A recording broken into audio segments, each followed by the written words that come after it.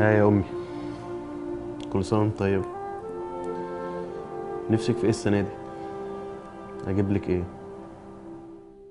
قولي لي، عايزاني اعمل لك ايه؟ وحشتيني يا ماما.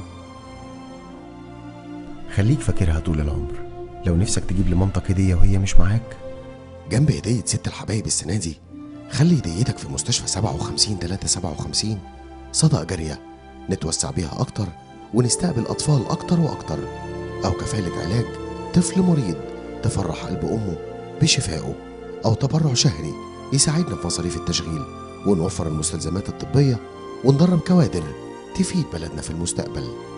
اخترت الأمي هدية زيها مفيش، اتبرعت باسمها علشان طفل يعيش.